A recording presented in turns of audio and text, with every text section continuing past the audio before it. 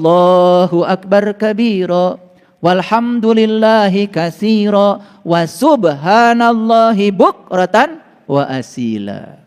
Makanya kalau kita ingin menghadapkan wajah batinku kepada zat yang telah menciptakan langit dan bumi, perintahnya kita sulit sekali melepaskan materi. Pahami oleh kita, materi itu apa? Misalnya uang. Yuk kasih pemahaman. Saya banyak uang buat apa? Ayo tanya pada diri kita. Saya mengumpulkan uang banyak buat apa? Yuk tanya pada diri kita. Bukankah semua yang kita kumpulkan akan ditinggalkan? Beri pemahaman diri. Yang akan saya bawa bukan yang saya kumpulkan. Yang saya akan bawa adalah yang saya bagikan. Yang akan saya bawa adalah yang saya berikan untuk menolong orang lain. Yang membuat orang lain bahagia. Pahami, pelepasan materi akan terjadi. Sekarang bagaimana kita memiliki pemaafan terhadap apa? Terutama terhadap segala hal yang bersifat imateri. Orang nyakiti kita, orang merendahkan kita, orang membuli kita, orang menghina kita, dan lain sebagainya. Itu imateri. Itu pun harus direlakan. Bagaimana cara merelakannya? Hubungkan dengan hukum karma. Saya yakin orang ini tidak datang secara tiba-tiba pada saya. Saya yakin kalau saya punya hubungan dengan orang ini. Saya yakin di kehidupan yang dulu mungkin saya pernah melakukan yang sama pada orang ini. Dan sekarang semesta sedang mengurai semua utang karma saya. Dan saya selesaikan di sini. Itu namanya pemaafan. Hati-hati, memaafkan bukan menghapuskan. Tapi memaafkan mengambil pelajaran. Dan yang ketiga adalah toleransi. Jadi kenapa barusan ada musik lalu masuk di sini? Terima saja. Jangan-jangan dulu dia sedang kajian, saya nyanyi-nyanyi di kajian dia. Jadi saya terima saja, saya toleran terhadap dia. Makanya tidak perlu di stop, biarin saja. Jadi kalau di YouTube nanti ada yang dengar, kok ayah guru sedang ceramah kemudian ada dengar musik, itu karma saya. Tidak mungkin dia hadir di sini kalau saya tidak pernah melakukan itu. Makanya saya tidak terganggu sama dia. Makin kencang suara saya juga makin kencang. Ini namanya toleransi. Itu dibuktikan langsung. Betul nggak? Apakah kita bisa menerima kontradiksi ini? Tidak usah saya keluar kemudian marah-marah. Kamu kurang ajar, saya sedang ngasih pengajian. Lalu mereka akan bingung pada saya. Ini yang ngaji kami atau Bapak? Yang sadar kami atau Bapak? Masa kita yang sedang ngaji katanya tingkat kesadarannya tinggi harus marah sama mereka? Biarkan saja, mereka juga cari nafkah kok. Tolong yang keluar kasih uang. Kasih uang. Jangan merasa terganggu dengan yang begini. Justru itu peringatan bagi kita. Jadi tidak ada sebetulnya yang mengganggu kita. Semua masalah akan menjadi masalah karena Anda masalahkan. Apa masalahnya? Jadi kalau orang merasa terganggu nih nanti yang dengar rekaman saya. Kotor. Ini ujian karena ini ceramahnya apakah jiwa Anda suci atau kotor. Langsung ada ujiannya. Apa enggak keren semesta itu? Luar biasa, kontan. Ya. Jadi ini kami sedang latihan. Melatih diri dengan kerelaan. Yuk kita relakan. Jadi kalau tadi sempat Anda marah karena ada musik itu. Kotor Anda. Saya aja yang ceramah enggak marah. Ini adalah praktek langsung dalam kehidupan. Yang kedua, untuk membebaskan diri dari kebencian terhadap yang kita tidak ingin, latihannya apa? Melatih diri untuk mengembangkan cinta. Wah, ini yang paling susah. Bagaimana cara mengembangkan cinta? Harus ada instrumennya, harus ada medianya.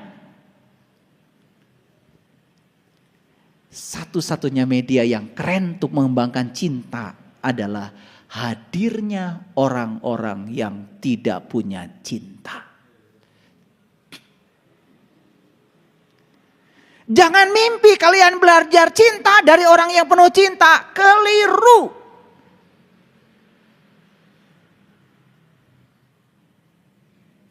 Jadi sekarang tanya pada dirimu. Kenapa Saya kok dipersatukan dengan orang-orang yang semacam ini. Keras kepala, kalau ngomong menyakitkan,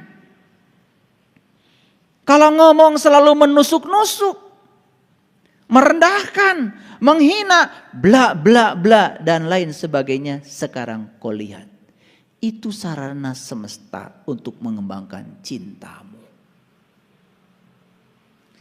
Kau lari dari mereka, gagal kalian mengembangkan cinta.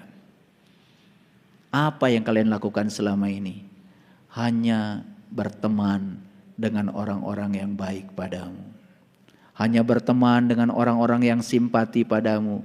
Hanya berteman dengan orang-orang yang menyanjung-nyanjungmu. Itu gagal belajar mengembangkan cinta. Keren gak kehadiran mereka itu? Keren apa tidak? Sejak kapan bilang kalian keren? Sejak sekarang. Kemarin-kemarin boro-boro keren. Bawaannya manyun aja. Baru tahu hari ini, ternyata ya Allah, terima kasih telah Engkau hadirkan orang-orang yang luar biasa dalam kehidupanku. Ternyata ini adalah guru-guru yang sangat keren untuk mengembangkan cintaku. Lihat, sehari-hari kita berinteraksi. Saya sedang menyelesaikan urusan tanah BSI di Jelekong. Berinteraksi dengan si A, si B, si C, si D. Saya pandang mereka semua adalah guru-guru saya yang keren-keren. Saya tidak tolak kehadiran mereka. Saya ikuti saja. Kenapa? BSI jadi di Jelekong atau BSI tidak jadi di Jelekong, dua-duanya akan saya tinggalkan. Gak peduli saya. Yang akan saya bawa adalah pelajaran yang saya dapat selama proses membangun itu. Itu yang akan melekat dalam diri saya. Apakah di sana nanti akan terbangun gedung-gedung yang hebat? Gak peduli saya. Atau tidak jadi dibangun, gak peduli saya. Yang penting hari ini saya bisa apa, itu yang saya lakukan. Dan hari ini saya berinteraksi dengan banyak orang untuk menguji kesabaran saya. Itu yang akan saya bawa kalau saya bisa ambil pelajaran. Makanya Anda bertanya sama saya, apakah Kampung Panisan BSI itu akan terbentuk berapa lama lagi? Pertanyaan yang tidak pernah saya jawab. Gak penting. Yang penting adalah apa yang bisa saya lakukan hari ini, saya lakukan. Saya berinteraksi dengan siapa saya hari ini, saya sabar. Saya layani semuanya. Itu yang akan saya bawa, itu yang akan mendewasakan saya. Bukan hasilnya. Jadi dibangun, gak jadi dibangun, dua-duanya akan saya tinggalkan. Yang enak dan yang gak enak, dua-duanya saya tinggalkan. Orang baik dan yang tidak baik, dua-duanya saya tinggalkan. Rumah saya bagus atau rumah saya tidak bagus, dua-duanya saya tinggalkan. Rumah kontrakan atau bukan kontrakan, dua-duanya ditinggalkan. Kata anak muda, so what? Gitu loh. Mau apa lagi? Apa yang membuat Anda masalah? Semua masalah adalah karena kita menciptakan masalah dengan pikiran kita sendiri. Jadi sekarang kalian tahu rumusnya? Semua masalah berawal dari jiwa yang kotor. Jadi kalau orang sudah jiwanya bersih, gak ada masalah.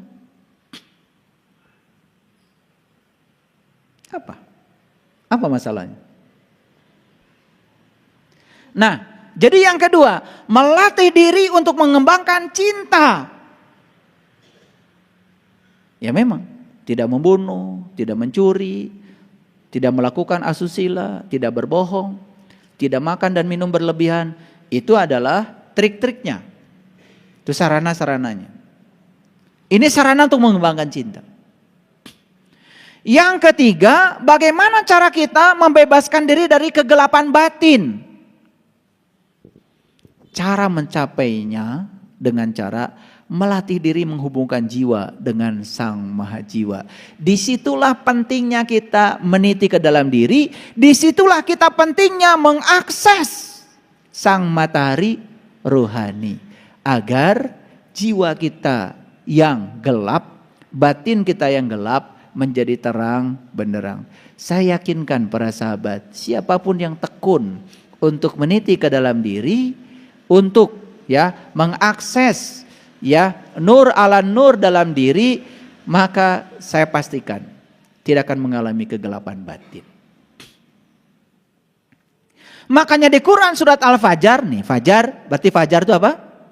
Fajar.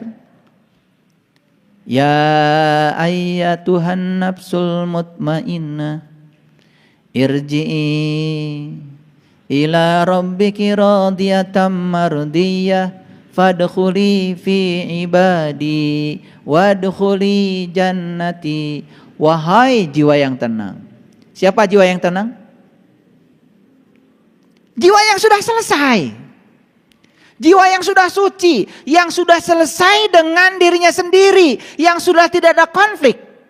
Bagaimana saya bisa melihat jiwa itu tenang? Lihat, pikirannya sudah selesai enggak dengan dirinya. Kalau pikirannya masih berkonflik, makanya konflik yang terjadi antara Anda dengan orang lain, itu berasal dari mulut Anda. Dan konflik yang terjadi dengan orang lain, itu berasal dari pikiran Anda. Karena mulut tidak bisa berdaya tanpa ada pikiran. Dan sekarang konflik bisa terjadi karena jari-jari Anda. Betul? Iya. Gak ngomong, tapi bikin WA. Ini jari-jari ini digerakkan siapa? Oleh pikiranmu. Dan jari-jari ini sekedar menampung saja apa yang mengalir dari pikiran kita. Ketika pikiran kita tercela, akan mengalir kata-kata yang tercela. Dan itu menimbulkan huru hara. Betul? Iya. Makanya Allah bilang, hai jiwa yang tenang, hai jiwa yang suci, hai jiwa yang sudah bahagia, hai jiwa yang sudah beruntung, hai jiwa-jiwa yang sudah selesai dengan dirinya sendiri. Irji'i ila rabbiki radiyatan mardiyah. Masuklah, kembalilah kepada Tuhanmu dalam keadaan ridho dan diridhoi. Fadkhuli fi ibadi, masuklah ke dalam golongan hambaku. Siapa golongan hambanya Allah? Yang menghambakan diri kepada Allah.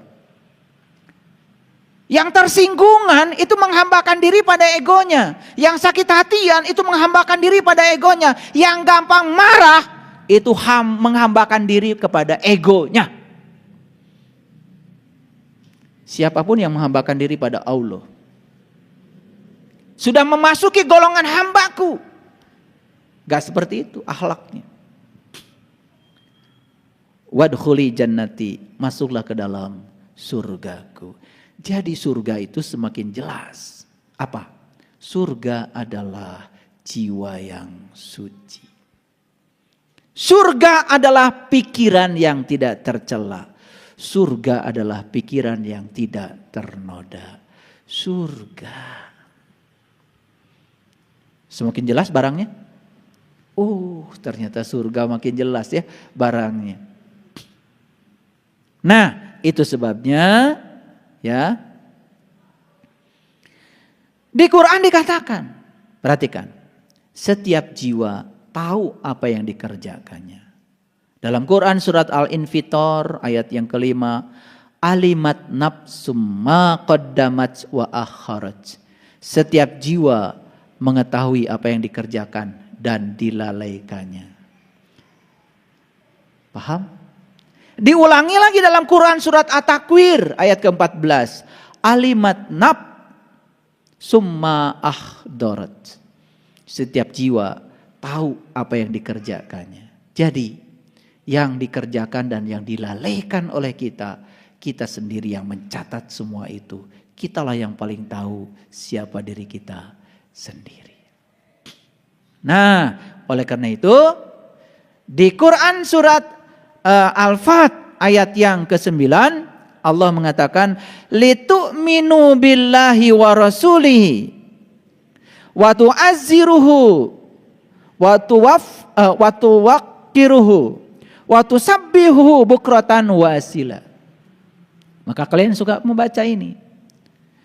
Inni wajjahtu wajhiya lilladzi fataras samawati wal ardh hanifa wa ma ana minal musyrikin. Inna sholati wa nusuki wa mahyaya wa mamati lillahi rabbil alamin la syarika lah. Wa bidzalika umirtu wa ana awwalul muslimin. Kan itu dimulai dengan Allahu akbar kabira walhamdulillahi katsira wa subhanallahi bukratan wa asila. Makanya kalau kita ingin menghadapkan wajah batinku kepada zat yang telah menciptakan langit dan bumi, perintahnya apa? Sucikanlah dirimu. Sucikanlah dirimu pagi dan petang. Nah ini harus dibahas nih, pagi dan petang. Makanya di ayat ini dikatakan litu'minu billahi wa rasulihi, supaya kamu sekalian beriman kepada Allah dan Rasulnya. Masih ingat tadi? Setiap hembusan jiwa ke dalam tubuh disertai dengan Allah dan Rasulnya. Hebat ya cinta kasih Allah.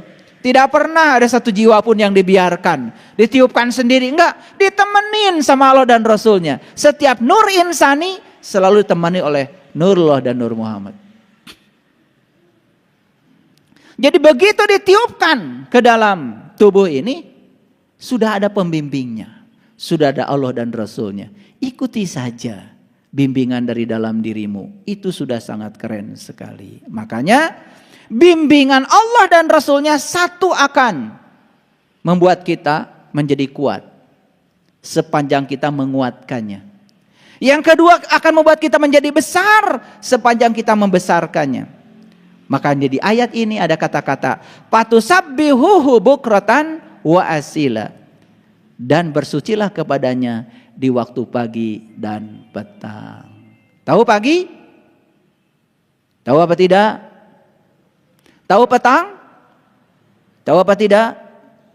Kenapa bersuci pagi dan petang? Gimana kalau bersucinya duhur? Bagaimana kalau bersucinya tengah malam?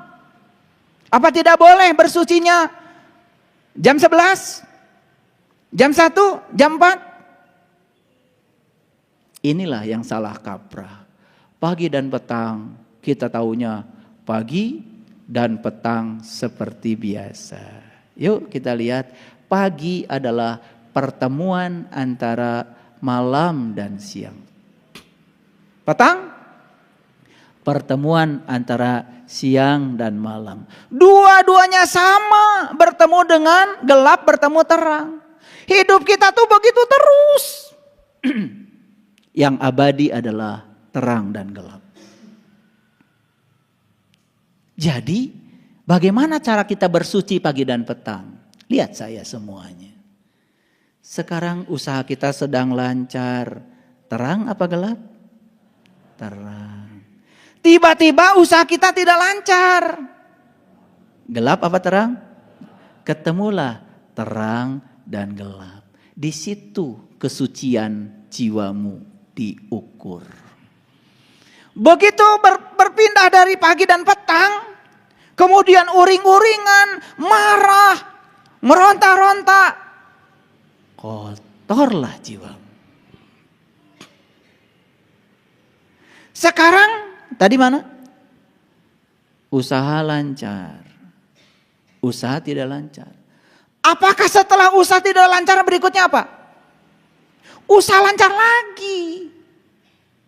Berarti gelap bertemu dengan terang. Dari tidak lancar ke lancar. Disitulah kesucianmu diuji lagi. Terang gelap, gelap terang, terang gelap, gelap terang. Terus bersiklus. Selama pertemuan itu mau terang dengan gelap, gelap dengan terang, kamu tidak ternoda. Kamu tetap suci. Itulah yang dikatakan bersucilah pagi dan petang. Kalian menerjemahkan ayat ini. Pagi bersuci, petang bersuci, Lagian bersucinya ngapain?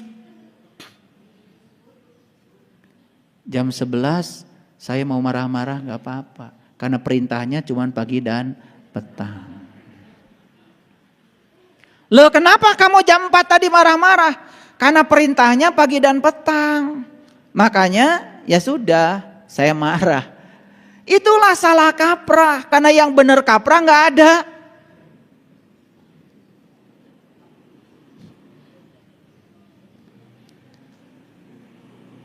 Ini sadar gak? Ketika kalian baca doa iftitah, yang kalian lakukan kan itu. Waktu takbiratul ihram Allahu Akbar, kan diteruskan Allahu Akbar kabiro, walhamdulillahi kasiro, wa subhanallahi bukratan wa asila. Sucikan Allah pagi dan petang. Apa Allah perlu disucikan oleh kamu? Bukankah yang perlu disucikan tuh yang kotor? Jadi cara menyucikan Allah itu bukan sekedar baca subhanallah. Cara menyucikan Allah itu artinya sadari olehmu bahwa satu-satunya yang bisa menyucikan dirimu adalah Allah. Oleh karena itu pandang apapun yang terjadi, karena di belakangnya ada Dia. Dapat siang ada Dia, dapat malam ada Dia, dapat siang lagi ada Dia, dapat malam lagi ada Dia. Sudah, karena di belakangnya ada Dia, maka selalu saja kita sadar la ilaha illallah. Aduh, para sahabat, kalau ngaji kita dengan penuh kesadaran itu, ya apa yang saya omongkan sekarang ini, apa yang saya bicarakan sekarang ini, maaf, bukan pengetahuan pinjaman, bukan apa kata orang, tetapi apa yang saya praktekkan dalam kehidupan sehari-hari supaya percaya. Ya sudah, saya kasih ayat-ayat supaya oh ini toh maksud ayat ini. Kalau nggak pakai ayat kan kadang-kadang nggak ngerti, kadang-kadang nggak percaya. Keren gak ayat ini? Supaya kamu sekalian beriman pada Allah dan Rasulnya. Gimana cara beriman pada Allah dan Rasulnya? Gak cukup saya iman, gak cukup. Dengarkan bimbingannya. Rasakan kehadirannya setiap saat. Lalu inilah yang akan membuat kita kuat. Ini yang membuat kita besar. Maka bersucilah kepadanya di waktu pagi dan petang. Bukan menyucikan Tuhan. Bagaimana Tuhan yang maha suci disucikan oleh kalian? Kan udah ngaku tadi masih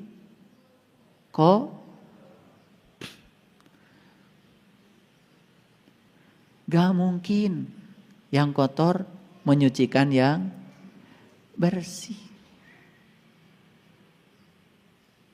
Yang mungkin yang bersih menyucikan yang kotor. Jangan bangga kalau habis sholat baca subhanallah 3-3. Cepat lagi gak disadari.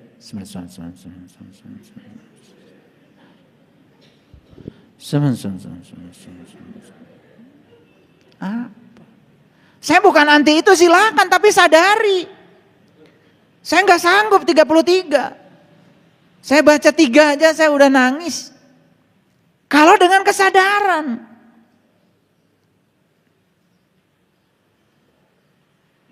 Merasakan kehadirannya, merasakan kesuciannya.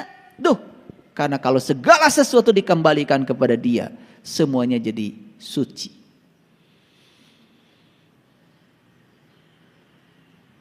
Gitu. Jadi sekarang kita sudah punya ilmu. Bagaimana kita memahami apakah kita ini suci atau kotor? Gunakan 3 instrumen. 1, apakah saya masih tamak terhadap yang saya ingin? 2, apakah saya masih benci pada yang tidak saya ingin? 3, apakah saya mengalami kegelapan batin yang menimbulkan saya salah persepsi, salah proyeksi? Sudah jujur pada diri. Oh, ternyata saya masih memiliki kotoran jiwa. Yuk, sekarang kita terapi kotoran itu. Satu, latih diri kita dengan kerelaan untuk melatih diri agar tidak tamak dan rakus pada yang kita inginkan. Kerelaan ada dua, kerelaan materi, kerelaan yang imateri. Kerelaan yang imateri, gunakan pemahaman, gunakan pemaafan, gunakan toleransi. Yang kedua,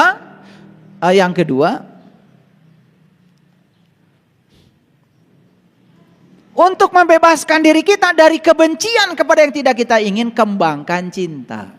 Terimalah semua orang-orang yang membenci kita, yang tidak menghargai kita, sebagai saran untuk mengembangkan cinta kita. Dan yang ketiga, untuk membebaskan diri kita dari kegelapan batin, sering-seringlah mengakses cahaya di atas cahaya dalam diri. Bagi mereka yang sudah tahu cara untuk meniti ke dalam diri, yuk lakukan terus menerus. Lihatlah bintang di langit terdekatmu, lihat bulan di langit terdekatmu, lihat matahari di langit terdekatmu. Kalau itu terus menyinari jiwamu, maka jiwamu terang benderang. Ketika jiwa terang benderang, jiwa akan mempengaruhi pikiran kita. Pikiran kita menjadi tidak tercela, tidak ternoda. Terima kasih. Assalamualaikum warahmatullahi wabarakatuh.